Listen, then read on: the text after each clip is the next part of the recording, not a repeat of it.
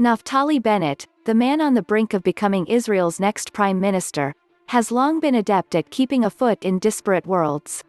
That shape-shifting quality proved crucial in propelling the 49-year-old politician to the threshold of power in a country as deeply divided as it has been in nearly 3/4 of a century of statehood. As the head of a small hardline nationalist party, Bennett, son of American immigrants, one-time elite military commando, startup entrepreneur who made a high-tech fortune, is in many ways an unlikely figure to emerge from the no-holds-barred scrum of Israeli parliamentary politics with his hands on the biggest prize of all.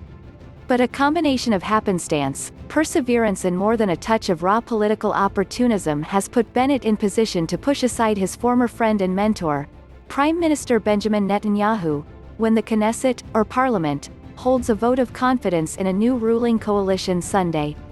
Ousting Israel's longest-serving leader is no simple task, let alone governing in the aftermath of a bruising, era-ending change of power. And Bennett isn't even the official chief of the Change Coalition, the kaleidoscopic political grouping that is united in its desire to dislodge Netanyahu, and precious little else. In an extraordinary concession, centrist politician Yair Lapid, who leads the anti-Netanyahu alliance's largest party, agreed to share the top job in rotation, with Bennett taking the first two-year turn. Because Bennett's party was just large enough for him to be courted as a swing vote, Israeli commentators called it a case of a political kingmaker unexpectedly becoming king. He won the lottery, political analyst and pollster Dahlia Sheindlin said, noting that, while technically possible, it is virtually unheard of for the leader of a party with a single-digit seat count in parliament to ascend to the premiership. But he also won the strategic lottery. He made this happen. Although skilled at cultivating political relationships, Bennett is something of an enigma even to those who have long been acquainted with him. Fluent in American accented English, just as Netanyahu is, Bennett is culturally familiar with North America after stints of living in Canada and the United States.